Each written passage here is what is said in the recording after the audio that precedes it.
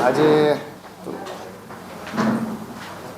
એક જુદા જ કારણસર આ પ્રેસ કોન્ફરન્સ. તમારી પાસે પ્રેસ રિલીઝ તો છે જ, એટલે બહુ લાંબી વાત કરવાની નથી, પણ એક એવી વાત છે કે જે એક સંસ્થાને બચાવવાનો સવાલ છે, એટલે મારે આજે આ બોલાવવાનું ઉપસ્થિત થવાનું થયું છે.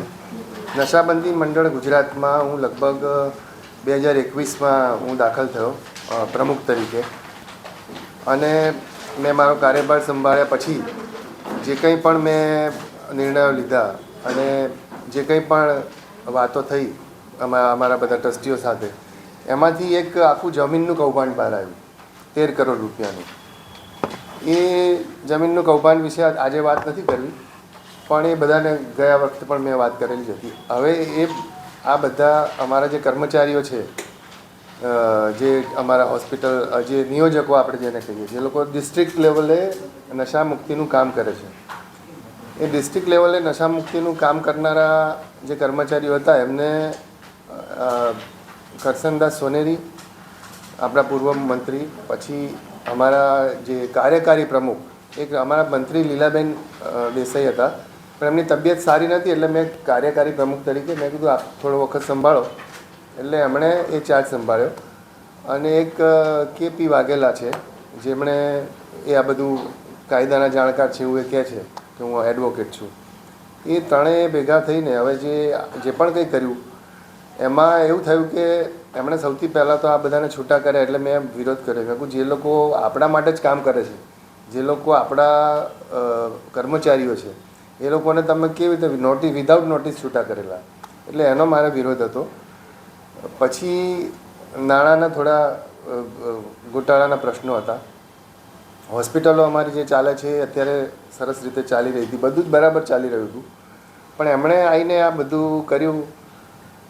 જીતેન્દ્ર અમીન અને કેપી વાઘેલા, એ લોકોએ બધો ચાર્જ લઈ લીધો, આ લોકોને છૂટા કરી દીધા. અમે ચેરિટીમાં અપીલ કરી. મારી સાથે અચ્યુત ચીનુભાઈ બેરોનેટ છે, એ આજે આવ્યા નથી, એમના કુટુંબમાં એક અવસાન થયું છે, એટલે અમે લોકોએ ભેગા થઈને એક અરજી કરી મેં કે ચેરિટીમાં કે ભાઈ આવી રીતનું છે ને આ ખોટી વસ્તુ છે.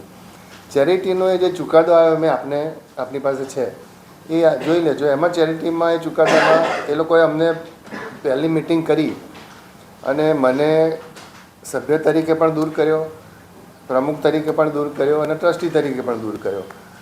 હવે મને તો કર્યો, હું તો 21માં આવેલો હતો, પણ અચ્યુત ચિન્નુભાઈ તો લગભગ જ્યારથી આ ટ્રસ્ટની સ્થાપના થઈ ફાઉન્ડર મેમ્બર ગણાય, one of the founder member, એમને પણ એમણે ટ્રસ્ટી તરીકે દૂર કર્યા, મેમ્બર તરીકે દૂર કર્યા, ખજાનચી તરીકે દૂર કર્યા, અને બેંકના ખાતાઓમાં આ કેપી વાઘેલા અને જીતેન્દ્ર અમીન આ બેની સહીથી જ વ્યવહાર થાય એવું એ લોકોએ એક ષડયંત્ર ગોઠવ્યું. અને એમાં કેટલેક અંશે એ લોકો સફળ પણ રહ્યા. ઘણા બધી જે ગ્રાન્ટો આવે છે, અમારી ગ્રાન્ટ ઉપર ચાલતી આ સંસ્થા છે, એટલે જે ગ્રાન્ટો આવે એ ગ્રાન્ટોને એ લોકોએ અમુક રીતે ઘણા બધા, મેં પછી એના પર બેંકોને કાગળ પણ લખીને એના પર મેં સ્ટે પણ મૂકી દીધો કે જ્યાં સુધી અમારી આ ઉકેલ ના આવે ત્યાં સુધી તમે આમાં ખાતા સ્થગિત રાખજો. એ બધી બેંકો એને ફોલો કર્યો. એક્સિસ બેંક છે, એમણે થોડા વ્યવહારો કર્યા, ખોટા વ્યવહારો કર્યા એ પણ, અને ખોટા નામના પીએફએમએસ કર્યા. પીએફએમએસ એવી સિસ્ટમ છે કે મારે પગાર કરવો હોય તો સંસ્થામાં મારા નામે એ પગાર થાય, એટલે સંસ્થાના નામે 4-5 જણાના પગાર થાય.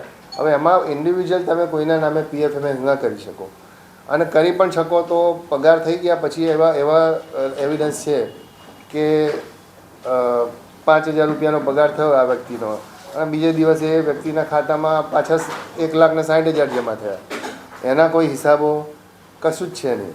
બીજી વસ્તુ, સૌથી વધુ જેને ક્રિમિનલ ઓફેન્સ ગણાય કે ટ્રસ્ટની કોઈ પણ ઠરાવ બુકો હોય કે એજન્ડા બુક હોય કે કોઈ પણ સાહિત્ય હોય, એ બધું તમે કોઈ પણ દફતર ટ્રસ્ટનું એ બહાર ના લઈ જઈ શકો.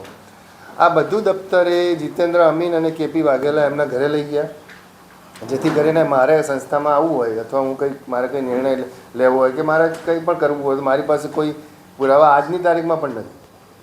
બીજું કે એ દફતર પણ લઈ ગયા, પ્લસ મેં કીધું કે અમારા 25 વર્ષ જૂના ચાર્ટર્ડ એકાઉન્ટન્ટ હતા પરેશભાઈ શાહ કરીને, એમની એ હોસ્પિટલનું ચાર્ટર્ડ એકાઉન્ટન્ટ આમનું બધું હોસ્પિટલોનો કાર્યભાર જે નાણાકીય જે હતું એ બધું એ સંભાળતા હતા. એમની પાસેથી કોઈપણ જાતનો ઠરાવ કશું કર્યા વગર લઈ લીધું અને એ આણંદમાં કોઈ એમના ચાર્ટર્ડ એકાઉન્ટન્ટને આપી દીધું અને એમણે કહ્યું કે ભાઈ અમને તો અમે કહીએ એ રીતે હિસાબ લખીએ એવા ચાર્ટર્ડ એકાઉન્ટન્ટ જોઈએ. એટલે આપણા ચાર્ટર્ડ એકાઉન્ટન્ટે સહી કરવાની ના પાડી દીધી કે આવામાં હું સહી નહીં કરું. વિવેકભાઈ કહેશે તો હું સહી કરીશ. તો કે વિવેકભાઈ તો હવે છે જ નહીં, અમે તો અમને કાઢી મૂક્યા છે. આ બધું થયા પછી આ એક ચુકાદો આવ્યો અને એ ચુકાદો પણ એમણે માન્ય ના રાખ્યો અને ચેરિટીને ઉપરવટ જઈને એમણે એક મિટિંગ બોલાવી. એ મિટિંગ લગભગ 10 તારીખે ચુકાદો આવ્યો. એ બધાના હાથમાં મને લાગે છે 13-14 તારીખે આવ્યો હશે બધા ટ્રસ્ટીઓના હાથમાં. 17 તારીખે એમણે એક મિટિંગ બોલાવી. એ મિટિંગ પર અમે અપીલ કરી કે ભાઈ આવી રીતે મિટિંગ તો હું જ બોલાવી, કારણ કે ઓર્ડર પ્રમાણે પ્રમુખ પાછો એમણે મને પ્રસ્થાપિત કર્યો ચેરિટીએ, એટલે મારે જ મિટિંગ બોલાવવાની હતી. એ પહેલાં એમણે મિટિંગ બોલાવી લીધી અને એના પર બી અમે અપીલ કરી. એટલે એમાં ચેરિટીએ કીધું કે મિટિંગ તમે બોલાવો પણ પ્રમુખ જ બોલાવે અને પ્રમુખ પણ સંસ્થાના કેમ્પસમાં જ મિટિંગ બોલાવે, બીજે ક્યાંય તમે મિટિંગ બોલાવી ના શકો. એને બદલે એમણે મિટિંગ ગાંધીનગર આંબેડકર ભવનમાં બોલાવી અને એ આંબેડકર ભવનમાં બોલાવી અને એક અદ્ભુત ઠરાવ કર્યો, એવો કર્યો જેમાં ગિરીશ પરમાર કે જે ભાજપના અત્યારે મને તો ખબર પણ નથી, હું તો પોલિટિકલમાં હું માણસ નથી હું, એટલે ગિરીશ પરમાર નામની કોઈ વ્યક્તિને એમણે પ્રમુખ બનાવી દીધા, જે ના તો સભ્ય હતા અમારા, ના અમારા ટ્રસ્ટી હતા, ના કોઈ દિવસ એમણે નશાબંધી મંડળમાં પગ મૂકેલો, એમને પ્રમુખ બનાવી દીધા. એટલે મને એ મિટિંગમાં જે એમના માણસો ગયેલા એમાંથી જ કોઈએ કીધું કે આ લોકો ચાર્જ લેવા માટે આવવાના છે ગયા સોમવારે. એટલે મેં બધા જેટલા પણ અમારા ડિપાર્ટમેન્ટ હતા, અમારા ડિપાર્ટમેન્ટ એટલે કોઈ અત્યારે તો સ્ટાફ આવતો નથી, એકાદ હોસ્પિટલમાં 2-3 જણા હોય છે, કોઈ પેશન્ટ છે નહીં, એક બીજો પ્રોજેક્ટ ચાલે છે એમાં 1-2 જણનો સ્ટાફ છે, એ લોકો આવે છે. ઓફિસ કર્મચારીઓ તો આવતા જ નથી કારણ કે એમનો પગાર થતો નથી. એટલે તો મેં એમ તાળા મરાવી દીધા અને મેં કીધું ભાઈ કોઈ અજાણી વ્યક્તિ આવીને આવી રીતે ચાર્જ કેવી રીતે લઈ શકે એમ, એટલા માટે એ હેતુથી જ તાળા મરાયા હતા. અને એ સોમવારે આવ્યા અને મને ખબર પડી આમાં અમારા એક નીચે નીરો વેચે છે ભાઈ, એમણે ફોન કર્યો કે ભાઈ આવ્યા છે અને બધા એવા અમુક લોકો પણ છે જેમાં, એટલે તમે પોલીસ પ્રોટેક્શન લઈને આવો તો સારું. એટલે મેં 100 નંબર પર ફોન કર્યો અને મેં પોલીસ પ્રોટેક્શન મંગાવ્યું અને હું અહીંથી ગયો નવજીવનથી. એ ઊભા હતા, એમના બીજા બધા એમના માણસો હતા, એ થોડી બોલાચાલી એમને કીધું હું તો આપને ઓળખતો પણ નથી, તમારી પાસે કોઈ ઠરાવ છે કે તમે આ સંસ્થાના પ્રમુખ છો? તમારી પાસે કોઈ એવું તમે સભ્ય છો કે તમારી પાસે કોઈ એવો ઠરાવ હોય સભ્યનો ઠરાવ? તમે સભ્ય જ નથી કે ના મને સભ્ય બનાવ્યો છે. મેં કહું ઓકે ફાઇન, સભ્ય બનાવ્યા છો તો તમે વેલ એન્ડ ગુડ, પણ તમે ટ્રસ્ટી થયા એનો ઠરાવ છે? તમને ટ્રસ્ટનું બંધારણ ખબર છે? તો કે ના એ તો બધું હું જોઈ લઈશ, કે બધું હું દાખલ થઈશ. એટલે મેં કીધું એવી રીતે ના ચાલે, હવે હું નહીં ખોલું તાળું આ. એટલે એમણે કીધું મારે પોલીસ કેસ કરવો પડશે. તો મેં કહું ચલો આપણે કારંજ જઈએ, કારંજ પોલીસ સ્ટેશન જઈએ. એટલે કે હું તો એક્સ મિનિસ્ટર છું, હું પોલીસ સ્ટેશન ના આવું. મેં કહું તમારે મારી પર કેસ કરવો હોય પોલીસ સ્ટેશન તો આવવું પડશે ને. હું જાઉં છું, તમને ઠીક લાગે તો આવજો. એટલે હું પોલીસ સ્ટેશન જાતે જ જતો રહ્યો ચાલીને. પછી પાછળ એ પણ આવ્યા અને ત્યાંથી પીઆઈએ કીધું ભાઈ આ તો ચેરિટીનો મામલો છે, આ પોલીસનો મામલો જ નથી, કોઈ કેસ બનતો જ નથી આમાં. એમણે કોઈ તાળા માર્યા છે, એમણે કોઈ તાળા તોડ્યા નથી અને એમણે તો એક તાળું ઓલરેડી તોડાવી દીધું હતું. એટલે પણ મેં કોઈ એવી કમ્પ્લેન કરી નથી, એવામાં હું માનતો પણ નથી જ્યાં સુધી સમાધાનની ફોર્મ્યુલાથી કામ થતું હોય ત્યાં સુધી. એટલે તાળા પણ પછી ફરી પાછું મેં તાળું મારી દીધું. ચેરિટીમાં પણ અમે અપીલ કરી છે પાછી કે ભાઈ આ રીતે કાયદાનો આ લોકો ગેરશિસ્ત કરીને અમલ કરે છે ખોટી રીતે. એટલે હવે અમે લોકોએ તો ઓલરેડી 1 તારીખે મિટિંગ બોલાવેલી જ છે, આવતી 1 જાન્યુઆરી પરમ દિવસે, તો 1 ફેબ્રુઆરી સોરી. એટલે એ અમે પહેલી મિટિંગ બોલાવેલી જ છે. એમાં આ જે ઠરાવ જે ચેરિટીનો જે હુકમ થયો એની ચર્ચા, પછી ઇલેક્શન કરવું હતું ઇલેક્શન, એ બધા જ મુદ્દાઓની ચર્ચા કરી અને આખું માળખું નવેસરથી ગોઠવવાનું જ છે. પણ આવી રીતે ગેરકાયદેસર મિટિંગ કરીને કોઈ માણસ તમને ધાક ધમકીથી ઘૂસી જાય એ ના ઘૂસી જાય. અને એક સંસ્થા, અરે રવિશંકર મહારાજ, દુલા કાગ, મોરારજી દેસાઈ, મણિબેન વલ્લભભાઈ પટેલ, આવા બધા જે ટ્રસ્ટના ટ્રસ્ટીઓ હતા એ ટ્રસ્ટમાં આવી રીતે ગેરકાયદેસર રીતે તમે ઘૂસી જાઓ, માત્ર પૈસાની વાત હોય, પૈસા સિવાય કોઈ વાત નહીં, કોઈ કર્મચારીઓના પગાર અટકાવી દીધી, 6 મહિનાથી પગાર નથી થયા, એના માટે મેં કીધું 6 મહિનાથી આ લોકોના પગાર થાય, એના માટે મારી રીતે ઝુંબેશ હતી. તો કે પગાર તો થશે, પણ એમ કે અમારી સહીથી જ થશે. અને બેંકમાં આનેથી આગળ કહું, હજી 2 દિવસ પહેલાં તમે જાત તપાસ પણ કરી શકો છો. પંજાબ નેશનલ બેંકમાં અમારું એક એકાઉન્ટ છે, ત્યાં આગળ જઈને આ બંને જીતેન્દ્ર અમીનને પેલા વાઘેલા એ જઈને મેનેજર છે, એક છોકરી બિચારી 32-33 વર્ષની, એને ધાક ધમકી કે આ અમારી આ સહિત છે ને એનાથી બધા વ્યવહારો કરવાના, એ તમે નહીં કરો તકલીફ થશે, તમારી નોકરી જતી રહેશે. પેલી છોકરીએ રડતા રડતા મને ફોન કર્યો બિચારીએ, મને કે વિવેકભાઈ આ તો આવ્યા હતા ને બધું આવું બધું, મારી નોકરી તો નહીં જાય ને. મેં કહું તમારી નોકરી શું કરવા જાય ને, તમે શું કરવા છે, તમને જે કાગળ આપ્યું છે એ કાગળ તમે લીગલમાં આપી દો. એટલે પછી એ થોડી શાંત થઈ. પણ આવું ધાક ધમકી બીજે પણ નહીં આપી એની મને કોઈ ખાતરી નથી. મારો મુદ્દો આજે આ પ્રેસ કોન્ફરન્સનો એટલો જ છે કે જે કર્મચારીઓને અન્યાય થયો છે, જે લોકોને પાછા 14 જણાને કાઢી મૂક્યા છે, એ લોકોને પાછા લેવામાં આવે, જે હું લેવાનો છું. બીજું કે જે લોકોના પગાર અટક્યા છે, હોસ્પિટલો સ્ટાફ, એ બધાનો પગાર કરવામાં આવે. પણ જે કંઈ પણ થાય એ કાયદાની પ્રક્રિયા થકી થાય, કાયદાકીય રીતે થાય. અને કરસનદાસ સોનેરી સાહેબ, હું આપને કહું 21 વર્ષ મંત્રી રહ્યા, 21 યર્સ. અને તમને નવાઈ લાગશે કે 14 અમારા જે 14 કર્મચારીઓ છે, જે નશાબંધીના અમારા જિલ્લે જે 14 અમારા નિયોજકો છે, એ 14માંથી એકેને એ મળ્યા નથી આજ સુધી.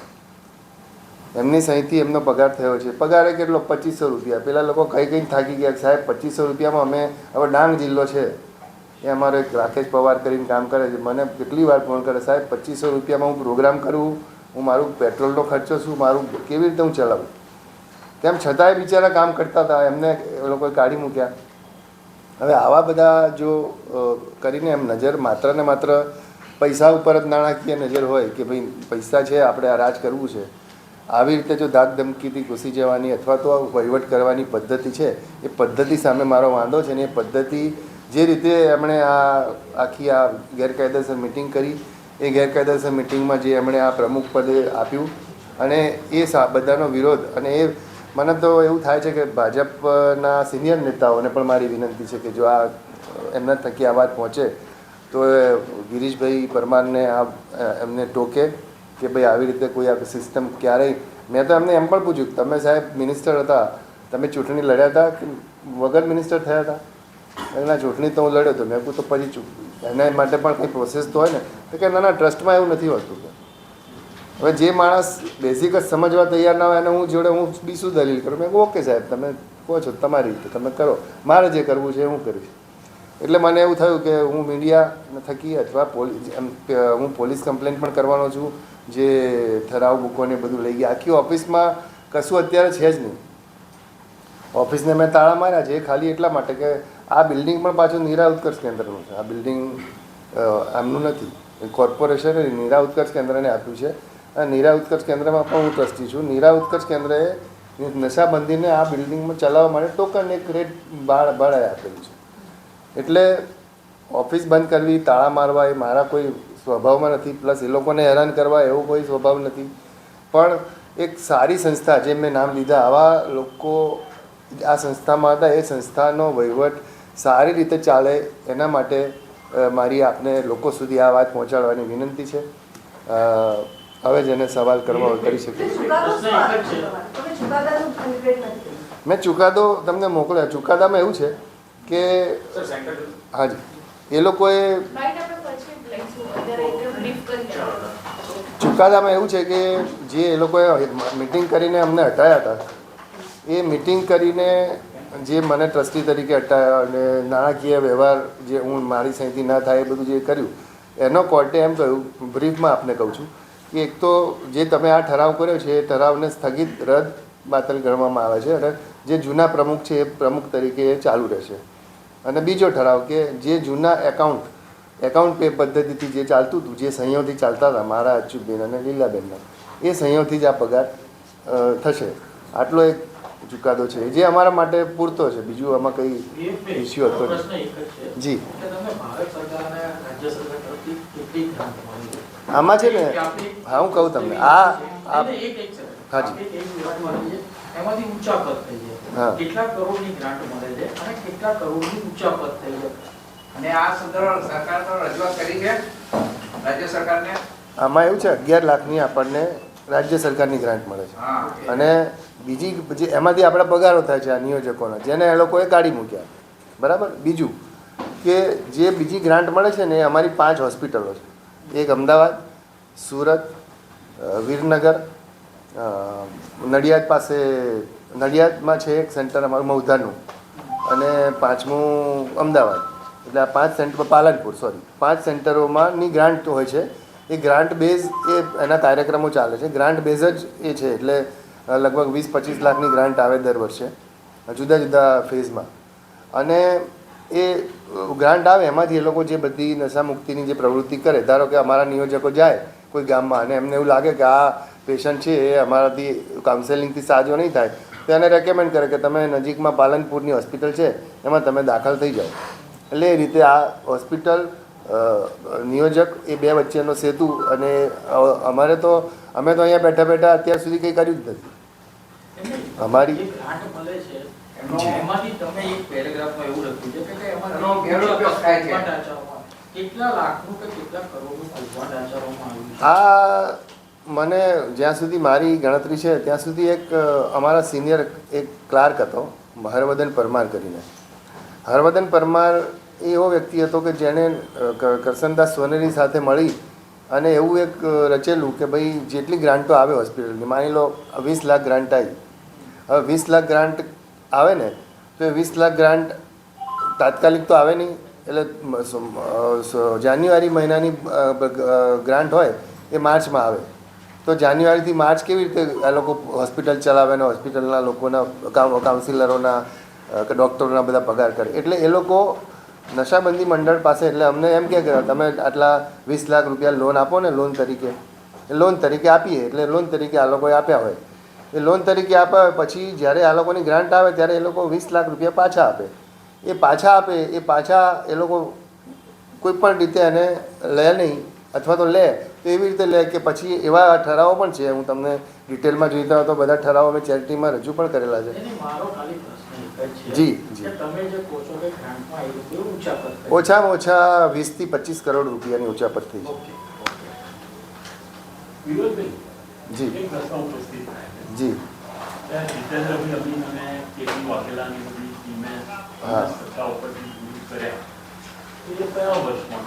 હમણાં જ 6 મહિના પહેલા.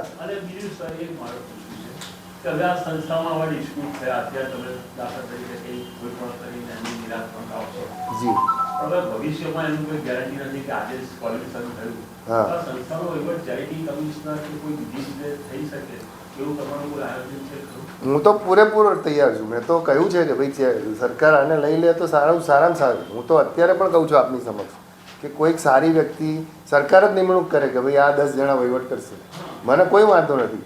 મારો કોઈ પ્રમુખ હોવાનો કે હું પ્રમુખ જ રહું એવો કોઈ મારો હેતુ જ નથી.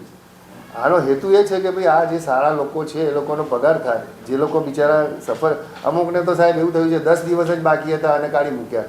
એટલે એના પીએફ અને જૂના જે નિયોજકો છે એ લોકોનેમાં તો 1-2 જણાએ સુસાઇડ કરેલા દાખલા છે.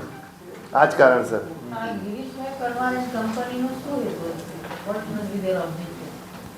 ઓબ્જેક્ટિવ કબજો લઈ લેવાનો સંસ્થાનો, બીજું શું. અને આ જે જીતેન્દ્રભાઈ અમીન છે એ પણ મહીસાગર જિલ્લાના કંઈક ભાજપના પ્રભારી છે. હવે એ હું પ્રભારી છું ને હું આમ થઈ જવાનું તેમ કે ઘણા બધા ટ્રસ્ટીઓ છે એમની કાગળો પર સહીઓ લઈ આવે જઈને. કેટલા બધા કાગળો પર સહીઓ કરી છે તમે પૂછો તો કેટલા ટ્રસ્ટીઓ ઉપર. અને બીજું સૌથી વધારે અગત્યનો મુદ્દો જે બધું આ તો આ વાત નીકળી છે એટલે કહું છું આ બંને જણાની નિમણૂક જ ગેરકાયદેસરની છે. જ્યારે અમારા એક ડૉક્ટર નિખિલભાઈ શાહ હતા, એ આજે નથી આવ્યા, એ થોડા બીમાર છે. નિખિલભાઈ શાહ જ્યારે કેનેડા હતા ત્યારે એમને ફોન કરવામાં આવ્યો કે તમને અમે ટ્રસ્ટી બનાવવા માગીએ છીએ. એટલે એમને ખબર નહીં, એમણે કીધું સારું કામ હોય. હવે એ કરસનદાસના મિત્ર હતા કે સારું કામ હોય તો હું સારા ટ્રસ્ટમાં ટ્રસ્ટી રહીશ. એ સહી એમની એ જ વખતે કરસનભાઈ સોનેરી અથવા તો એમણે કોઈ પાસે કરાવી હોય, જે કર્યું હોય એ સહી ખોટી 2 સહીઓ ફેક થઈ. એટલે એ આખી મિટિંગ જ ગેરકાયદેસર ગણાય. એટલે એ મિટિંગમાં આ બંનેની પણ નિમણૂક થયેલી છે. એટલે આખી મિટિંગ જ ગેરકાયદેસર ગણાય. એટલે અને બીજું કે આ બધાની ટેન્યુઅર, આ બધાની મારું અને મંદાબેન પરીખ અમારી બંનેની જ ટ્રસ્ટી તરીકે અત્યારે અમે ચાલુ છીએ. બાકી પીટીઆર ઉપર આ લોકો ટ્રસ્ટી પણ નથી અત્યારે. એ લોકોની મુદત 12/2/2024 રોજ પૂરી થઈ ગઈ છે. એટલે ટ્રસ્ટી જ ના હોય તેમ છતાં એ મિટિંગ બોલાવી હવે બધું આ તો બધું લાંબુ છે, નાનું નાનું. વિવેકભાઈ એક મિનિટ, આ હવે પછીના શું કાર્યક્રમ? એક બીજું, તમે સામે પૂરે તમારે તરવાનું છે, બરાબર છે. હા, આટલા કૌભાંડોમાં કંઈ આપણે બાકી રાખ્યું નથી. ના ના, બિલકુલ. મેં કરશનદાસને પણ ઓળખીએ છીએ, ગિરીશભાઈને પણ ઓળખીએ છીએ. તો હવે પછી તમારો શું કાર્યક્રમ હશે અને સામેપુર તરવારમાં આપણે કેવી રીતે તમે સેવ કરશો? સેવ કરવાની વાત એવી છે, જો સાહેબ, મારો તો કોઈ હોદ્દા એમને એ લોકોનો હેતુ હોદ્દા રિલેટેડ છે કે ભાઈ અમને પ્રમુખ બનાવી દો, હું મંત્રી થઈ જઉં અને અમે લોકો ચેક પર સહી કરીએ અને અમે કહીએ એ પ્રમાણે નશાબંધીનો વહીવટ ચાલે. આટલી બધી કરોડોની ગ્રાન્ટ આવે છે એ પ્રમાણે વહીવટ ચાલે. મારો મુદ્દો તો એટલો જ છે કે સારી રીતે આ લોકોના જે ચૂકવાઈ જાય, ધારો કે આ લોકોનું જૂનું પણ ચૂકવાઈ જાય, નવા પગારો પણ થઈ જાય, તો પછી મને તો કોઈ વાંધો જ નથી. હું તો નીકળવાય તૈયાર છું, પણ લીગલ પ્રક્રિયાથી ઇલેક્શન જાહેર કરીશું. હું જ કરવાનો છું કે ભાઈ ઇલેક્શન કરીએ આપણે. અને ઇલેક્શન અત્યાર સુધી તો થયું નથી, નશાબંધીના હિસ્ટ્રીમાં ઇલેક્શન થયું નથી. આપણે આ વખતે ઇલેક્શન પણ કરવા તૈયાર છું અને ઇલેક્શન જાહેર કરીએ અને એમાંથી જે લોકો જેમને આવે એ લોકો વહીવટ કરે. એમાં ક્યાં, આ તો ટ્રાન્સપરન્ટ પ્રક્રિયા છે અને હું બધી રીતે તૈયાર છું. સાહેબ, આ એક આપ એમ કહો છો કે 11 લાખની ગ્રાન્ટ રાજ્ય સરકારની મળે જી. વાર્ષિક, હા, અને 25 લાખ 20 થી 25 લાખની ગ્રાન્ટ કેન્દ્ર સરકારની મળે હોસ્પિટલ. એટલે ટોટલ 36 લાખ રૂપિયા છે. છત્રી નહીં, 25 લાખ રૂપિયા, 20-25 લાખ રૂપિયા એક હોસ્પિટલની. એક હોસ્પિટલ. હા, કારણ કે આપ એક બાજુ એમ કહો છો કે 20 થી 25 કરોડની ઉચાપત થઈ જાય. આમ આપણે જો જોવા જઈએ તો તમારી પાસે 5 હોસ્પિટલ છે, 1.25 કરોડ રૂપિયાની ગ્રાન્ટ આવે 25 લાખ એટલે, અને પેલી 11 લાખ રૂપિયાની એટલે 1.5 કરોડ રૂપિયા જેવું.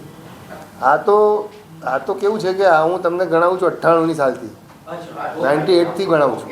98થી કે ભાઈ હું એમ લખું કે ભાઈ જીતુભાઈ ભટ્ટના નામે 20 લાખ હું માંડી વાળું છું, બરાબર. મારા ફાધર આમાં હતા 2011 સુધી. મારા ફાધર સડનલી એક્સપાયર થઈ ગયા.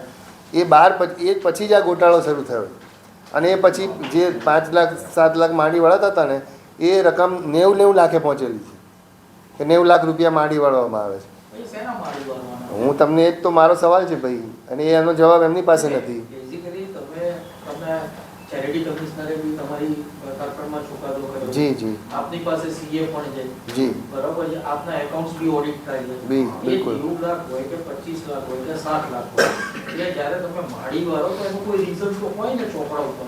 હા, પણ એ નથી. હું એમ જ કહું છું. હું એના માટે તો મારી લડાઈ છે કે તમે માંડી વાળ્યા, મેં તમને 5 રૂપિયા આપ્યા, તમે મને પાછા ના આપ્યા, તમે ક્યાં વાપરાય તો તમારે કહેવું પડે ને મને. તો એ નથી. એ બધા કોઈ રેકોર્ડ જ નથી ઓફિસમાં, નશાબંધીની ઓફિસમાં 1998થી લઈને અત્યાર સુધીના તમે ચેક કરો, તિજોરીઓ ચેક કરો, બધું ચેક કરો. આ તો 21માં આવીને મેં પૂછ્યું કે ભાઈ આ બધું જમીનના કાગળિયા ક્યાં છે, આ ક્યાં છે, એ બધું માંડ મારા હાથમાં મેં લીધું. જમીનના કાગળિયા જ મળ્યા, બીજું જ કંઈ મારી પાસે છે જ નહીં અત્યારે. મેં આપને કીધું એમ દફતરે મારી પાસે નથી, ઠરાવ બુકો નથી, એજન્ડા બુકો નથી.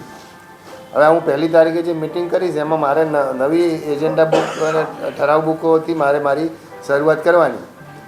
જેમ જીતુભાઈએ કીધું કે તમે શું કરશો, હવે આ તો સામા પ્રવાહે તરવાનું છે. હવે જે આપણાથી થશે, મારાથી થશે એ સંસ્થા બચાવવા હું કરીશ. બાકી કંઈ મારા હાથમાં બી કંઈ નથી. એમ સંસ્થા બચાવવાની એટલા માટે તો આ પ્રેસ કોન્ફરન્સ કરી છે કે ભાઈ તમારા થકી વાત લોકો સુધી પહોંચે કે આવા માણસો સંસ્થામાં આવા મથે છે જે લોકોનું હવે પોલિટિકલ બેકગ્રાઉન્ડ હોય, એટલે તમે કેવી રીતે પ્રમુખ થઈ જાઓ? કોઈ એની સિસ્ટમને તો ફોલો કરવી પડે ને. તમારી સામે કોન્ફરન્સમાં ચુકાદો આવ્યો. જી. તમને આટલી બધી તકલીફો પડી, આટલી બધી અગવડો પડી, તમારે છે પોલીસ સ્ટેશન સુધી જવું બી.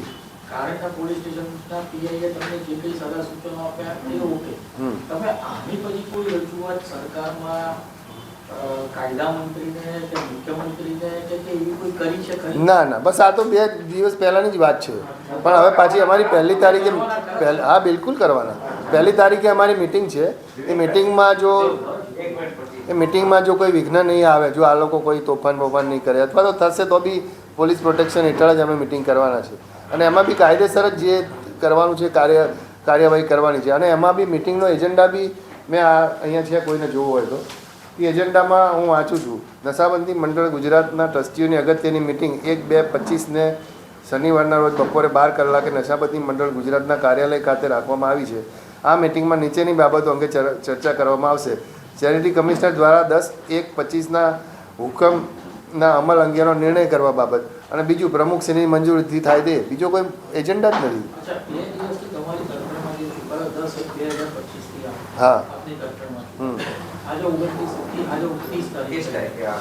જે રીતનું તમે જે રીતનું વર્ણન કરો છો કે બેંકની આપી અને સહીઓમાં બી ચેકબુક ઉપર જે સહીઓ કરી એ વાઘેલા ભાઈ અને બીજા ભાઈએ જે કર્યું એ લોકોએ એવું કીધું કે અમારી બેનિંગ સહી ચાલશે. તો તમે બેંકોમાં કોઈ રજૂઆત કરી કે આ હુકમના આધારે બેંકોમાં અત્યારે અમે આ હુકમ જે આવ્યો ને ચેરિટી અમે આપી દીધો છે. બીજું કે બેંકોએ કીધું કે હવે નવેસરથી તમારે કેવાયસી કરવું પડશે એટલે એ બધી પ્રક્રિયા ચાલે છે. બધી બેંકોમાં અમે સૂચના આપી દીધી છે. અત્યારના ટી ટાઈમમાં અમારા તરફથી કોઈ ચેકો જતા હોય હા. પેમેન્ટ્સ માટે કોઈ જતું હોય હા. તો અત્યારના હાલ પૂરતી કોની સહી ચાલે? હાલ પૂરતી તો એ લોકો 2 જણાની ચાલે છે અત્યારે. જ્યાં સુધી આ ચુકાદો આપ્યો નહોતો ત્યાં સુધી એ 2 જણાની ચાલતી હતી. હવે હું ચેક લખીએ અને જો બેંક શું કહે છે એ અમારે જોવું પડે કે બેંક એને એક્સેપ્ટ કરે છે નથી કરતી. કારણ કે એ તો મને ખબર ના હોય કે કોઈ બેંકમાં હું જવું ને પણ આ ચુકાદા આપ્યા પછી મને એવું નથી લાગતું બેંક એવું કહે કે ભાઈ ના આ ચેક નહીં ચાલે. આ પેલા બેને તમારે કન્સર્ન જોઈએ. ઓનલાઈન એકાઉન્ટ્સો થઈ ગયા છે. સો બિલકુલ બિલકુલ. પ્રમુખ તરીકેનો હોદ્દો ધરાવો છો. આપની પાસે ઓનલાઈન એકાઉન્ટ્સમાં બધી ડિટેલ્સ પણ આવતી હોય. જી. માનો કે 10/1/25 પછી 10/1/25 પછી એવી બી કોઈ માહિતી આવી છે આપની પાસે કે એમના થકી આપેલા ચેકો ઉપર એમની સહી કોઈ ના નથી આવી. કારણ કે એ લોકોએ છે ને સાહેબ 2000 અમે જ્યારે આ કેસ મૂક્યો અને પછી એના પર બધી બેંકમાં મેં સ્ટે મૂક્યો પૈસા નાણાં એટલે ખાતા ફ્રીઝ કરવાનો.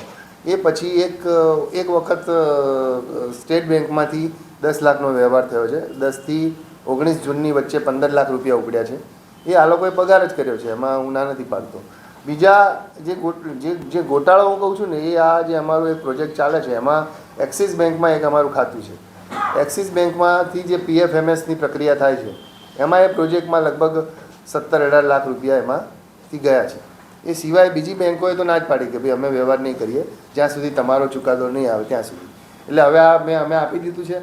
આજકાલમાં મારું પત્ર તૈયાર જ છે. બેંકને હું બધે ઇન્ટિમેટ કરી દઈશ અમારા આ ચુકાદાના સંદર્ભમાં.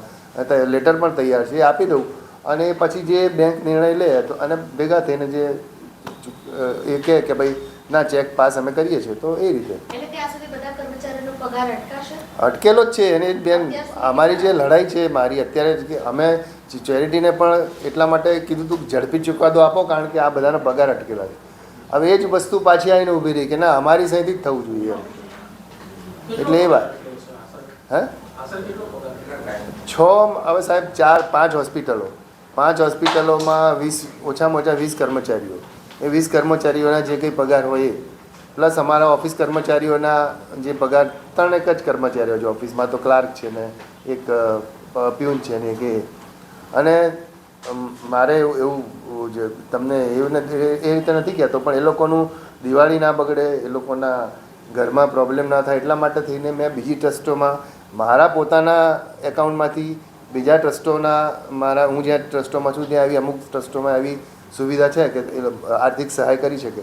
એ બધાને મેં પૂરેપૂરા ડિસેમ્બર સુધીના સ્ટાફને પગાર ચૂકવી દીધો. તમે પૂછવું હોય તો અમારા સ્ટાફના કોઈ માણસ અહીંયા આવે તો તમે પૂછી શકો છો. મારા તરફથી મેં બનતા બધા જ પ્રયાસો કર્યા છે. મારા ખિસ્સામાંથી એ આપ્યા છે કે ભાઈ નાના કર્મચારીઓનું ઘર ના ચાલે એવું આપણાથી ન થાય એમ. પણ હવે પરિસ્થિતિ અત્યારે એવી છે આ કે ભાઈ હવે હું એમ કહું મારી જ સહીથી ચાલશે ને તમે એમ કહો મારી જ સહીથી ચાલશે તો એનો તો અંત લાવવો પડશે ને. Vivekbhai, meanwhile, in the midst of this controversy, Yes. how many addiction patients and people must be suffering? નહીં એડિક્શન પીપલ તો જો હોસ્પિટલો તો બધી ચાલુ જ છે. હોસ્પિટલોને કોઈ અસર નથી. હોસ્પિટલો એમની રીતે ચાલે છે. સ્ટાફનો પગાર નથી થયો એટલે સ્ટાફ પણ ઊંચો નીચો થાય ને. મને ફોન કરે, એ લોકોને ફોન કરે, જેમ મને કરે એમ એ લોકોને કરે કે તમારી પાસે છે તો તમે પગાર કરો ને એમ એ લોકો એમ કહે છે કે જાઓ વિવેકભાઈ પાસે, હજી વિવેકભાઈના સોળમાં ઘુસાવો, આવા જવાબ આપે છે. હવે આવું નોનસેન્સમાં આવું જે આમાં શું છે, અમાનવીય કૃત્ય, એટલે જેને આપણે એમ કહીએ ને કે ભાઈ તમારામાં કોઈ લાગણી જેવું તો હોય કે નહીં, તમે એટલું તો કહી શકો ને ભાઈ થોડી શાંતિ રાખો ને, હું તમને કરી આપીશ. આટલી જ વાત છે, સિમ્પથીની વાત છે, સામાજિક આપણે જે આપણી નિસ્બત છે આપણી સમાજ સાથેની. અને અત્યારે હું એવું માનું છું કે આ સંસ્થા માટે હું એટલા માટે લડી રહ્યો છું કે સૌથી વધારે જરૂર અત્યારે આ અત્યારના સંદર્ભમાં પરિસ્થિતિને જોતા આવા પ્રકારની સંસ્થાઓની છે કે જે નશામાંથી લોકોને છોડાવે. એના બદલે જો અમે જ અંદર ઝઘડીશું, હું પણ આવી ગયો એમાં, હું ના નથી પાડતો, પણ હું મારી લડાઈ સત્ય સામેની છે. આમાં તમને જો સત્ય લાગતું હોય તો તમે એને આગળ જવા દેજો મીડિયા થકી, બાકી પછી તો મારે લડવાનું. મિનિસ્ટર કોણ આવે? જગદીશ પંચાલ આવે કે ઋષિકેશ આવે? ના, ઋષિકેશભાઈ આવે. અને આપણે જગદીશ પંચાલ? ના, જગદીશ પંચાલ મારા ખ્યાલ છે પ્રમાણે ઋષિકેશભાઈ આવે. વૈષ્ણવજન તો તેને કહીએ જે પીડ પરાઈ જાન.